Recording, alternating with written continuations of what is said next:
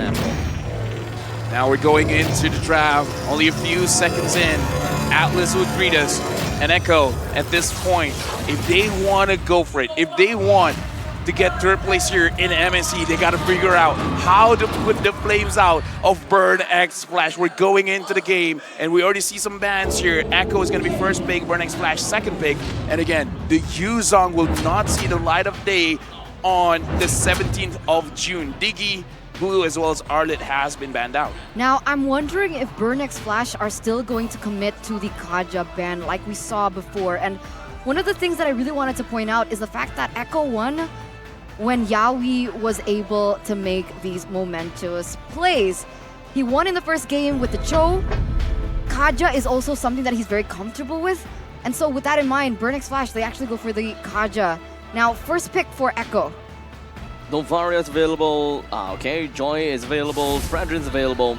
But Next Flash constantly tries to play the Fredrin, so wouldn't be surprised if that actually happens.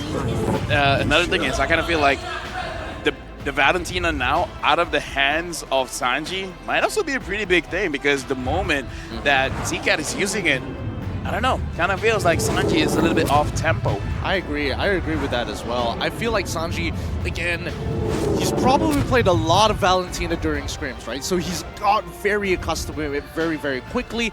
More so that when we come back to Echo, I'm hoping to see Eve this time around, because again, that's the other hero that he's performed exceptionally well on, with a 98% pick and ban rate with only 54% win rate. Bane, almost double that number. First of all, at last, get it? I get it. I get it. Nice. Has been used only twice, even though it is the featured hero. But the thing is, now that Diggy has been banned, it's going to be a pretty good pickup. And the thing is, we've been talking about it. Burn X Flash, they're one of the teams that has a very varied idea about how to approach the game. A lot of different roamers coming in from D7. Perhaps Atlas might be the next pick if Ben Cutie is on a hero that is easily punishable by the Atlas. I don't really like the Atlas into the Bane pick, right? I think it hinders a lot of the aggression that the Atlas can have. So Franco now is going to be the choice here for D7. What do we think about this? I mean, personally, Did I say D7's Franco? I personally think that this Franco is just good, right? Because we expect it to suppress the right targets. It can both suppress both the Joy as well as the Eve, depending on the situation. And Burn X Flash, they respond very well, banning out these big playmakers. It's over. You're making the call already? It's over. Because the Chow is not here? We'll see. What if Yaoi uses the Atlas? Atlas is traditionally pretty good against the Franco. We'll see. Why are you so angry? Continue. She just thought of that half a second later. But that is the truth. I do agree with you that, now that the Tro is gone, I'm hoping that Burn X Flash also gets rid of the Atlas. Yeah, in this case, the Grok. Okay, so the Grok is probably a tell of what Burn X Flash wants to do. We come back to Echo, we see Lancelot and as well as the Melissa getting taken out. Now that the Melissa has been taken out, probably going to have dinner, which most of you are probably doing right now. The Fredrin is still a pretty flex pick. If they want, they can pick up... Wait, is this going to be a good situation for it? Nah, because the Joy is there. Maybe the Leslie is not that great. Right. That's what I was thinking too, but there's probably something better. I mean, Claude technically is still available. No, dangerous, man. The Vengeance on the Joy. The Claude will shoot himself. I mean, true, but you at least can use the BMI to create some space, right? And that's not something a lot of marksmen have. Let's just wait 7 seconds. We can wait 7 seconds, right? It's either a marksman or a jungler. I'm hoping for a marksman, so that's Time and tide wait for no man. Your team north. So Beatrix. But again, Beatrix is not the best going up against the Joy until the Beatrix has the Hasclaw. Once the Beatrix has the Hasclaw, can kind of do something.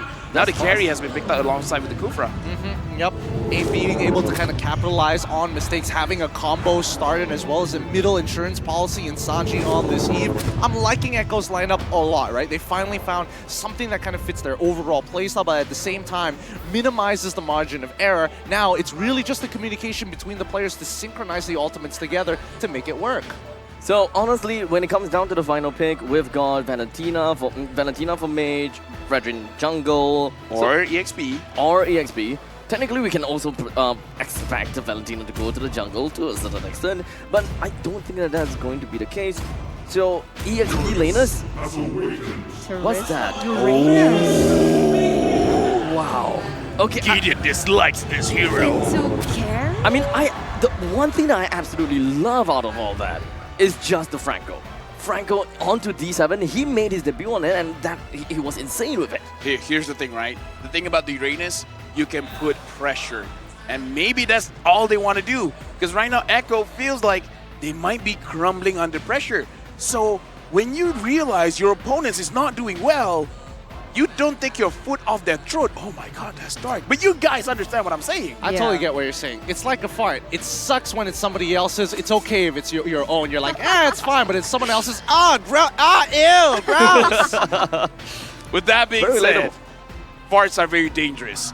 But this game is going to be very dangerous for Echo. A lot is on their shoulders. If they want to continue, they got to win this one. But I kind of feel like for next Flash, they want to end this. This is match points for the Orcas here. Go big or go home. Ladies and gentlemen, welcome to game number 4 between Echo and Burn X Flash. This could potentially be the last game of today. The stakes are high, and Echo, they're working on whatever that they can in order to get themselves out of this deep ditch. I mean, it's not going to be easy. To kick things off, immediately we're already seeing that Carl TZ has been slowed down on hitting his level 2. We know for a fact that Chima is going to be able to power farm relatively fast until Bing, depending on what build that Carl TZ decides to go. Damage probably is not going to be the way. He's probably going to build full tank here because he needs to be able to kind of face people like Chima or even ATM when it comes down to walking up to these neutral objectives rather than having to wait for the rest of his team to do the job for him. Yaoi in this case, his job is pretty simple, right? Get on top of the right target, start setting things up like Keyboy in the previous matchup, and then let the rest of the team like Sanji and as well as Kartizi to finish them off with their ults, right? That's the general game plan. Okay, early flicker here, actually exhausted there by CCAT in the mid lane. Things are getting a little bit aggressive here in the mid side, but I really wanted to talk about this Uranus and Joy matchup. How is that supposed to end up? Who has the better lane? But wait a minute. Well, the Daily Cat, All right. not gonna do very much, but Shama is just somewhere around the corner. We're just waiting for something to happen. The B7 tried to go for the hook, didn't quite land. Okay, back to that question, right? This EXP lane. Literally goes nowhere. Like, Sanford is probably not going to kill ATM without some outside influence, and worst off, ATM technically is able to proxy without getting punished too hard overall, right? It really comes down to if ATM gets his first item in comparison. Oh no, he's in a lot of trouble now. Both of them are currently level 4. The Rhythm of Joy connects down onto Shama. ATM is gonna be pretty much A-okay as he's right now have got his ult, but they can actually just pop up anytime that they want. Shama takes the turtle. Sanji pops on the RWM. CCAT pops of his own RWM, but they don't really care about popping up onto one another. Sanji and CCAT are just staring at one another and just be like, hey, what's up, buddy? Both launching artillery, both trading 2 for 2, dead even on either side. But now we're starting to see a couple of cracks coming in from Burn X Flash. We're thinking that maybe the Echo is suffering a lot from this fatigue, but now we're starting to see that even with Burn X Flash, some of their moves are starting to get sloppy, right? We're not seeing the polish that we saw in Games 3 as well as game number 1 initially. Now, as the lanes start getting influenced again, I feel like Echo is defaulting to a very standard line of gameplay. We're not seeing anything too crazy out of them. We're not seeing the raw conditioning that we expected out of Echo's side. But even for Burn X Flash, right, they don't mind this. Playing the default strategy is totally okay, especially since the majority of this game is going to be predetermined with how you play the lane, how you get ahead in the lane. And you can see that actually come to fruition here in that gold lane, right? A lot of focus. Even Sanji is actually rotated towards that area. They need Benny QT to come online as fast as possible to deal with these heavyweights in the front line from the side of Burn X Flash, like ATM, like Chima, especially when it comes down to those 5v5s when they're centering around and just going for those objectives.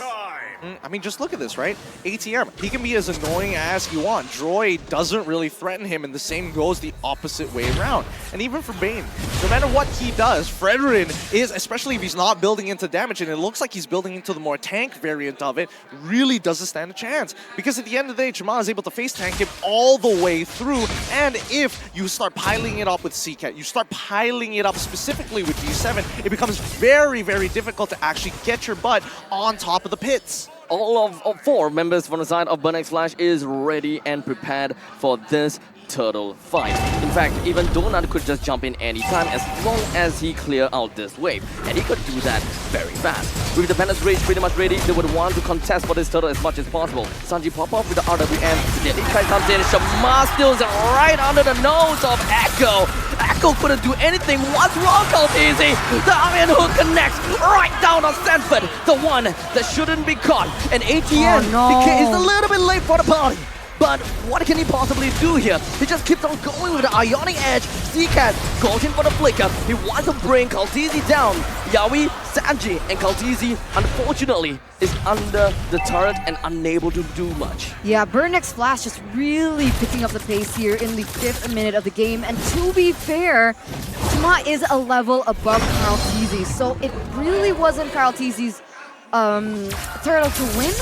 But even so, I don't know. I feel like there's something wrong going on, but wait a minute. Yawi, good jump, but unfortunately, that is on the Shamar. One person. There's not much of a follow-up that we can expect to see there, and Burnex Flash will take that opportunity to bring down the first turret of this game. Yep, the macro aspect of it with Burnex Flash is playing to their strengths, right? They unlocked Donut already, and now they're going to start swapping lanes to the top side of the map just so that they can farm as quickly as possible. If they get that mid turret, even better, but I don't think Echo is just going to allow them to do it for free. Now, knowing that Carl TZ doesn't have this ultimate, now we see that Burnex Flash, they can take more aggressive positions, and I would have imagined that they would have started invading the jungle at this point of time, but interesting. They're sticking around, and they're also giving a couple of camps over to the Beatrix. They really are funneling Donut. 2,400 gold for Burnex Flash, so that kind of doesn't make sense so far. I have never seen this. Echo have not picked up a single objective. Chama was able to take away the purple buff. Sloppy plays. It really comes down to sloppy plays now. Echo returning to default. Retribution battles losing by Kaltizi. No, but Carl didn't use his Retribution. I mean, technically, yeah, he didn't. But for now, Yaoi focuses on the Zcat. They did manage to get a kill, and that is great. They have an advantage on top of Burnex Flash. Shamar is going to be putting himself on top of the turtle, and he's just going to be left with 1v1. Shamar and Kaltizi, level 9 versus level 9 yet. Kaltizi still lost the fight. Donut jumps right in and manages to get a kill on the Sanford. 1-for-1 trade. And now it's going to be left with Kaltizi in the midst of it all. Donut snipes him right on down. And that is going to be a devastation onto Echo. The fatigue is here. They're exhausted. We're playing again. BXF is playing against a tired, exhausted Echo, and it's clear even with Carl TZ not even using that retribution. Let's look at the instant replay one more time, right? As soon as they walk up, it's unlucky that Carl TZ wasn't able to get in that spot, but it doesn't explain why Sanford is allowing himself to get hit by these abilities, especially the Bloody Han. He should be dashing into these bushes confidently because he has the reaction time, and we know he has the reaction time to get away with this. That's why I kept saying this is off, right? It's off. It's not the Echo that we're so used to, so accustomed to. And Burnex Flash, they're taking advantage of it. I'm serious. Look at the stats, right? 0-0-0. No tower, no turtles just yet. Yeah. They haven't been able to get anything on the board. Look at ATM now. The Deadly Catch tosses right out, and Zcat, he did manage to keep 2% in the box. But it's not going to amount to much. Sanji's HP doesn't seem to be good. But ATM, he can bring so much pressure just by being in this positive location. But let's be honest here, will he really die? Benny Cutie is forced to rotate. ATM is finally going down. Okay, finally they get something for it, right? ATM has just been a little bit too disrespectful. D7 Iron Hook, Bloody Hunt connecting down. Kaltizi, Yaoi, going down at the same damn time. Sanji wasn't able to do quite much, and Sanji is only going to be the RWM. Zeke joins right in, Benny Cutie is dead. This is just painful to watch at this point. This is just the Kings. I get it. People are going to be saying that they've lost their crown at this point. But Echo, can you really blame them? They've tried their best. They're trying to put everything on their table. These young players are tired. And BXF, they have come off of a fresh break after their best of 5 series. And they watched everything go down. And now, poised on fatigue. Yeah. I mean, just look at this instant replay. How many things could have gone better? The instant pickup from that Iron Hook. Even Yawi still trying to make it work by jumping into the middle of that fight. But it was the setup beforehand. The fact that ATM specifically getting a majority of the big spells from the side of Echo put him in this position, right? They knew what cooldowns were gone. They knew it. And BXF just set up on the opposite side, knowing how many camps were missing on the bottom side. I don't wish to question Benny Cutie, but I was about to mention. But the flicker seems like it's an accidental tap, because whenever you tap on the flicker, it goes towards your opponents. Oh, I don't know. Because I was about to point that out too, right? I thought that it was an unnecessary engage that Benny Cutie took there. Understanding, like you mentioned, the cooldowns and the calculations. It's not Benny Cutie style. 8,000 gold lead for BXF in the first 10 minutes. And it's looking like they want more. It is so different. Is it RWM on top of an RWM? Sanji forced to flicker out of that. But Netwitch touched onto Kaltizi, but in the meantime, that is going to be Yawi that's going to be jumping over to the back line, followed by the Bloody Hunt, locking them down as much as they can. Sanford's still going to be alive so far. ZCat, D7, ATM, and Shamar will have no choice but to back off after a 1-for-1 trade with Donut, the dead guy. Even on fumes, Echo still finds the angle, and I'm surprised they decided to try to make the attempt because Sanji had already used the RWM. Kaltizi had already used the Deadly Catch at that point of time. But let's look at the items, right? They still haven't lost any inhibitors. I'm not seeing the damage just yet. I've seen the carry currently only add 2 items. They still need to have, at the very least, a Demon Hunter Sword to really start the profit. He's a little bit of gold off. So far behind. But I guess now Echo is in a foot in the right direction, right? They really just want to buy a little bit more time for Benny Cutie to start getting those integral items to the kit and the damage that we know carry to be. Later on, these frontliners coming in from Burn X Flash should not be as, I would say, dominant with the way that they have played so far.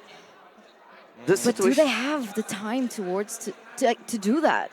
This situation really feels like a chicken and egg kind of thing. They want to drag the game for Benny Cutie, but in order to do that, they have to take neutral objectives.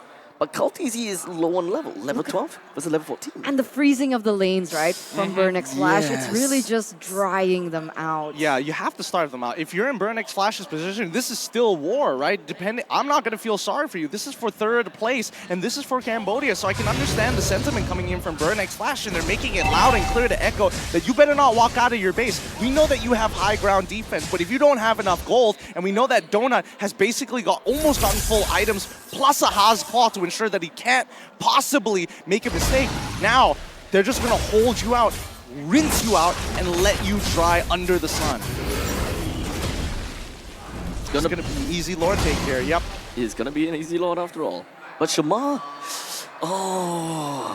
resetting the Lord on purpose. This is something that we definitely seen from the side of Blacklist International. They understand that they had the control of this game. However, dragging Pokemon may also not necessarily be good for them. They take it down. No challenge from Echo at all. They can't at this point, right? They really can't. And it's not in the control of Echo, right? They cannot push the tempo. They have nobody who was winning their lane hard enough to really make the difference at the end of the day. And they know, let's look at the game item equipment, and I think this will sell you the story even better. Look at this. The disparity, right? Gideon. Oh, man. Oh, this is an upset. It's hard to watch. It's hard. It's hard to watch. It very is hard because look, Samford, he's trying his absolute best. He's got 3 items, and the fact that he does have mystery bargain in this case is going to be more than enough. But here we go, Burn X Flash. Let's see if they can end this. The Lord barging right in with his trusty trident. He pillages and wants to bring Echo down. He's gonna go down real fast. But Burnex Flash will make full use of every single minion that will be marching in its way. Burnex Flash is not going to try to overextend themselves by picking off with a kill. They understand that even throughout it all, even with all this advantage, goal advantage, Echo still have a chance to fight back with the core under their nose. Oh, Yaoi's charging though. Do you think he can get something? It doesn't seem like it. Unfortunately, completely misses out. And there's the Bloody Hunter connects onto him. Yaoi literally delivered himself over to the side of Burn Axe Flash. Sanford will want to cover for him, only to be melted down by the Wesker. And now with 3 person left on the side of Echo, Burn Axe Flash will try 3 waves are bring crashing. the middle lane right down in. 3 waves are crashing here, Abstract. The waves are crashing indeed. They're escorting right in. Left with Patty, Sanji, and Kaltizi. Is this how it's all gonna end? Burnex Flash, they're taking their time. They understood that they don't have to rush this off. D7 with a sliver of health. Shamar, in fact, a lot of them doesn't have a lot of health to walk with. Yaoi! He jumped in, and he managed to find onto Seacat. In the end, Echo pushes the entirety of Burn Axe Flash away. Echo still wants to stay in the game, but it is still going to be D7 taken down there in the top side. They managed to stay in the game a little bit longer, trying to go for the engage here, going full mid.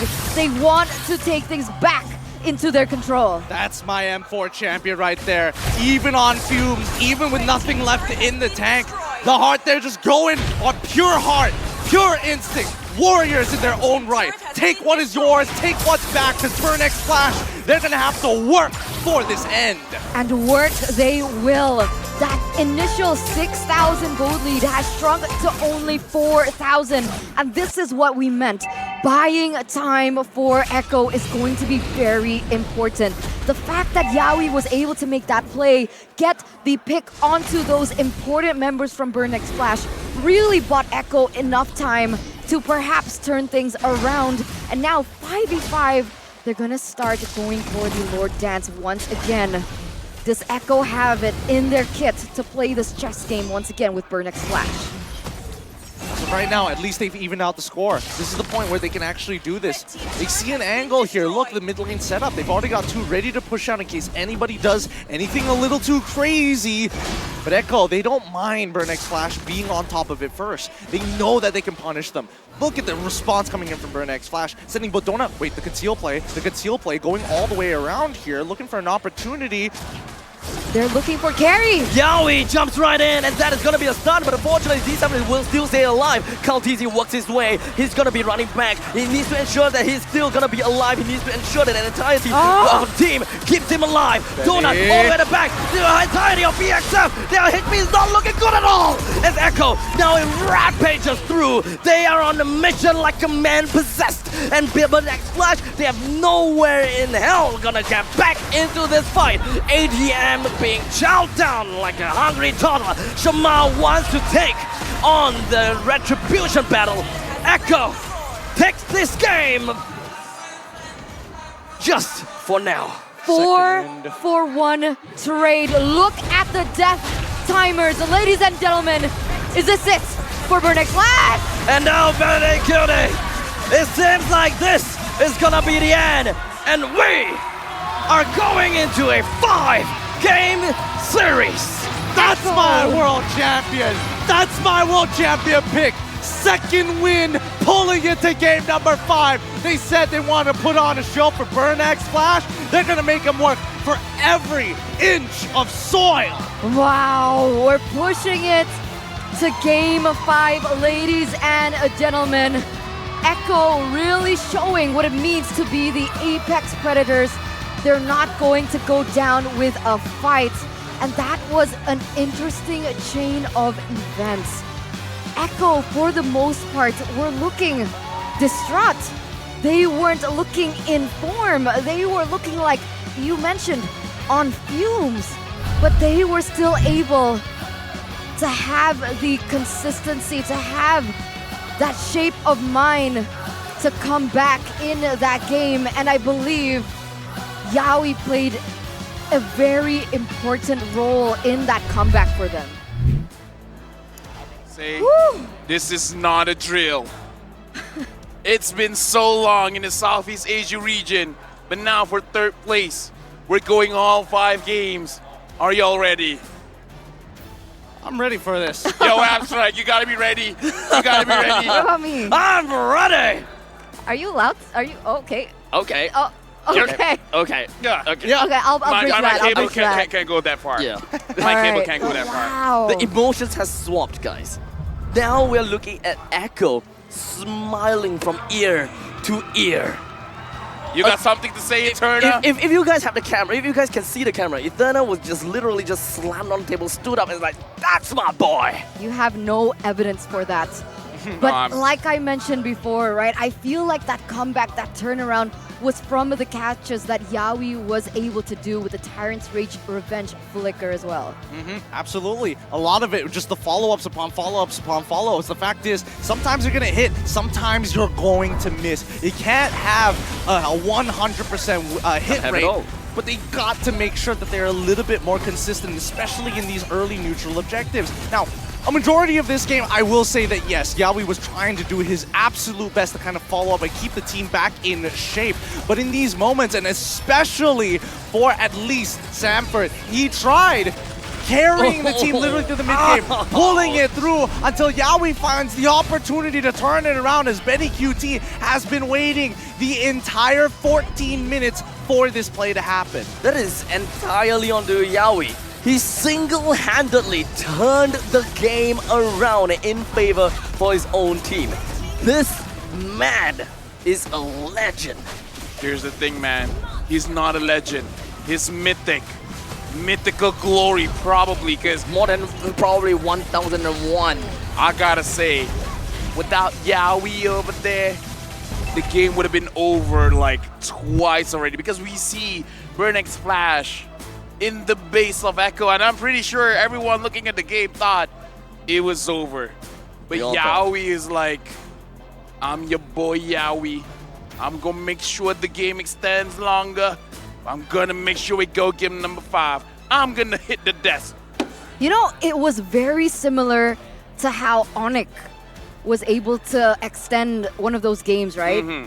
The way Keyboy was able to defend that. Do you remember that play? Yes, I remember the play every second of it, right? It's still very fresh in my mind. Sanji comes out of that with a perfect score, and I think we need to keep this in mind, that the game was very close, 14 to 14, with a large part of the early game falling into the hands of Burn X Flash, but closing out the game has not been easy because of the overall high ground defense. Yes, they don't have the Beatrix, but Sanji was able to make it work. Samfer was able to threaten the backline just enough, and even sacrificing his life multiple times for a higher cause to allow Echo to clear these waves. That's a very big point. I gotta say, Yawi single-handedly helped Echo to win the game. But throughout it all, Sanji has got to be the one that is the most consistent player throughout the entire game. All the way from the start to the end, he knew his role, he knew his effort, 100% kill participation, not a single death regardless. This guy is on something. I gotta say, it's been a long day. Philippines versus Cambodia. I kind of feel like that's the general